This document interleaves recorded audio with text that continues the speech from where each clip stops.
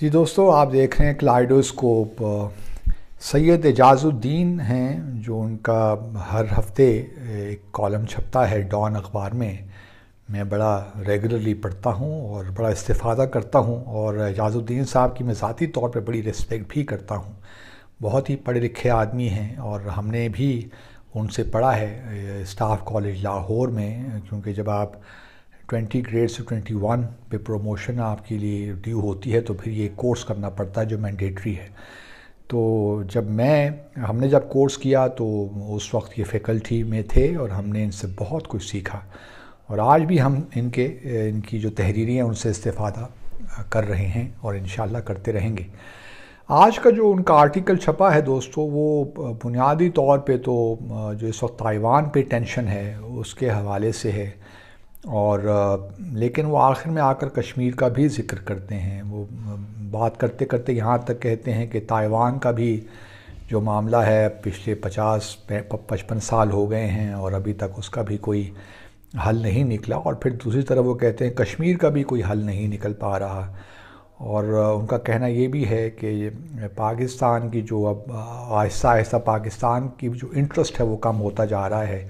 اور 5 اگست 2019 کے بعد تو خاص طور پہ پاکستان کو اپنی کشمیر پالیسی جو ری وزٹ کرنا چاہیے، اور کیونکہ اب شاید کشمیریوں کے لیے پاکستان ایک آپشن نہیں رہا بلکہ بقول ان کے اپریہنشن بن گیا ہے۔ اور ان کا یہ بھی کہنا ہے کہ میں نے خود، چونکہ میں مقبوضہ جموں اور کشمیر میں نے وزٹ کیا ہے، تو میں وہاں کے جو معروضی جو زمینی حقائق ہیں وہ جانتا ہوں، جو کہ بہت سے ہمارے سیاستدان یا جو لوگ کشمیر سے متعلق بات کرتے ہیں ان کے علم میں نہیں ہے۔ چونکہ میں ان کی بڑی عزت کرتا ہوں اور ان کی جو اسکالرشپ ہے ان کا بڑا معترف ہوں، تو میرے لیے ان کے حوالے سے کوئی بات کرنا بڑا مشکل مجھے لگتا ہے، لیکن میں بصد احترام ان کی اس بات سے اتفاق نہیں کر سکتا کہ کشمیری جو ہیں یا ان کی جد و جہد ہے وہ بے بس سی ہو گئی ہے۔ اس میں کوئی شک نہیں ہے کہ مشکلات ہیں، اور 5 اگست کے بعد حالات اور مشکل ہو گئے ہیں، لیکن تحریکوں کی جو ہے اس قسم کی تحریکیں ہوتی ہیں ان کی جد و جہد میں، اور میں کئی مرتبہ پہلے بھی یہ کہہ چکا ہوں کہ اتار چڑھاؤ آتے رہتے ہیں، لیکن ان چیزوں سے دل برداشتہ نہیں ہونا چاہیے۔ میں سمجھتا ہوں کہ اگر یہ تو خیر اب تاریخ کی بات ہے، لیکن اگر اکتوبر 1947 میں جو بھی قبائلی لشکر یہاں سے گئے تھے یا پاکستانی فورسز گئی تھیں، اگر وہ پورے جموں اور کشمیر پہ قبضہ کر لیتے تو شاید آج یہ جو اس وقت پاکستان اور بھارت کے درمیان ایک دشمنی کا معاملہ چل رہا ہے، یا جو ہمارے تعلقات میں کھچاؤ تناؤ سا ہے، کشیدگی ہے، وہ نہ ہوتی، مقبوضہ اور جموں اور کشمیر کا تنازع ہی نہ ہوتا۔ آج 75 سال کے بعد لوگ اس بات کو بھول گئے ہوتے اور ریکنسائل کر چکے ہوتے کہ جموں اور کشمیر پاکستان کا انٹیگرل پارٹ ہے، اور یہ تنازع ہی اب نہ ہوتا، کیونکہ اس کی مثالیں ہمارے سامنے ہیں۔ اگر آپ مثال کے طور پر جوناگڑھ کا معاملہ لے لیجئے، تو جوناگڑھ میں جو ہے نواب جو تھے انہوں نے 15 اگست کو پاکستان کے ساتھ الحاق کرنے کا، بلکہ پاکستان کو ریکویسٹ کر دی تھی اور انسٹرومنٹ آف ایکسیشن بھی سائن کر دیا تھا، اور پھر 16 ستمبر 1947 کو پاکستان نے وہ ایکسیپٹ بھی کر لیا، لیکن بھارت نے ستمبر ہی کے مہینے میں جوناگڑھ پہ چڑھائی کر دی، اور پھر شاید جنوری یا فیبروری اگلے سال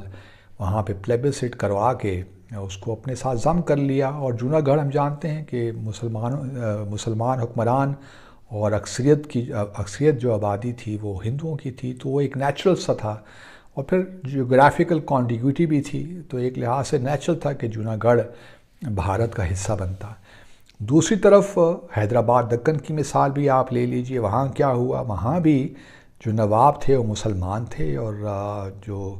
آبادی کی اکثریت تھی وہ ہندو تھی، اور ہندو جو ہے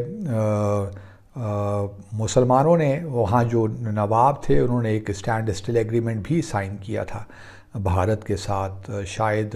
نومبر 1948 کو، اور وہ شاید 1 سال کے لیے ویلڈ تھا،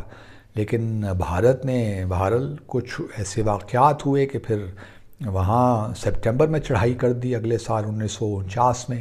1948 میں حیدرآباد پہ، اور حیدرآباد کو ضم کر لیا۔ تو اور آج کون حیدرآباد کی بات کرتا ہے کہ وہی نواب نہیں چاہتے تھے، یا جوناگڑھ کے نواب نے انسٹرومنٹ آف ایکسیشن سائن کر لیا تھا؟ گو کہ پاکستان آفیشیلی اس نے وڈرا نہیں کیا، لیکن کویسچن یہی ہے جوناگڑھ کے معاملے میں، لیکن کویسچن یہی ہے کہ اب وہ اس طرح وہ تنازع رہا نہیں جس طرح جموں اور کشمیر، اور اگر اس وقت پاکستان نے بھی قبضہ کر لیا ہوتا جموں اور کشمیر پہ، ابھی تک ایک معمہ ہی ہے بارہمولہ تک کیوں آ کے یہ لوگ رک گئے، یا جو قبائلی تھے یا فورسز تھیں پاکستانی وہ آگے کیوں نہیں گئیں؟ اگر وہ سری نگر ایئر فیلڈ پہ بھی قبضہ کر لیتے تو بھارت کے تو ٹروپس لینڈ ہی نہیں کر پاتے، جو 27 صبح کی جو اکتوبر کی مارننگ میں انہوں نے لینڈ کرنا وہاں شروع کیا، تو وہ لینڈ نہ ہو پاتے تو پھر مسئلہ حل ہو جانا تھا۔ اور آج 75 سال کے بعد پھر کون یہ کہتا کہ بھئی جموں اور کشمیر پاکستان کا حصہ نہیں ہے؟ لیکن اب یہ تاریخی چیزیں ہیں، اور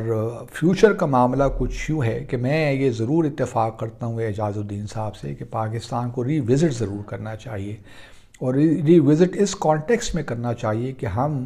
اپنی جو کشمیر ڈپلومیسی ہے اس میں کس طرح جان ڈال سکتے ہیں۔ انہوں نے بالکل ٹھیک فرمایا کہ ہاف ہارٹڈ جو ایفرٹس آپ کر رہے ہیں اس سے تو یہی کوئی نتیجہ نہیں نکلنا۔ تو میرے لیے پہلا جو سوال آتا ہے کہ ہم کس طرح جو اب تک ہم ہاف ہارٹڈ ایفرٹس کر رہے ہیں اس میں کس طرح اس کو ری وزٹ کر کے ایک نئی جان اس میں پیدا کریں، اور وہ فی الحال مجھے محسوس نہیں ہوتا کہ ہم میں وہ خواہش ہے یا ہم سمجھتے ہیں کہ یہ ضروری ہے۔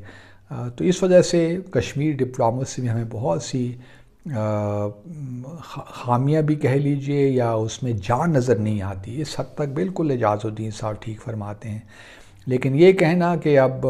ہمیں بالکل سرنڈر کر دینا چاہیے یا حقیقت، تو یقیناً حقیقت پسندی بڑی امپورٹنٹ چیز ہے، لیکن جو قومیں پولیٹیکل اپنی اسپریشنز کے لیے جدوجہد کرتی ہیں وہ بھی ایک حقیقت ہے، ان کو بھی آپ ڈینائی نہیں کر سکتے۔ تو اس وجہ سے اس پورے ایشو کو ری وزٹ ضرور کرنا چاہیے،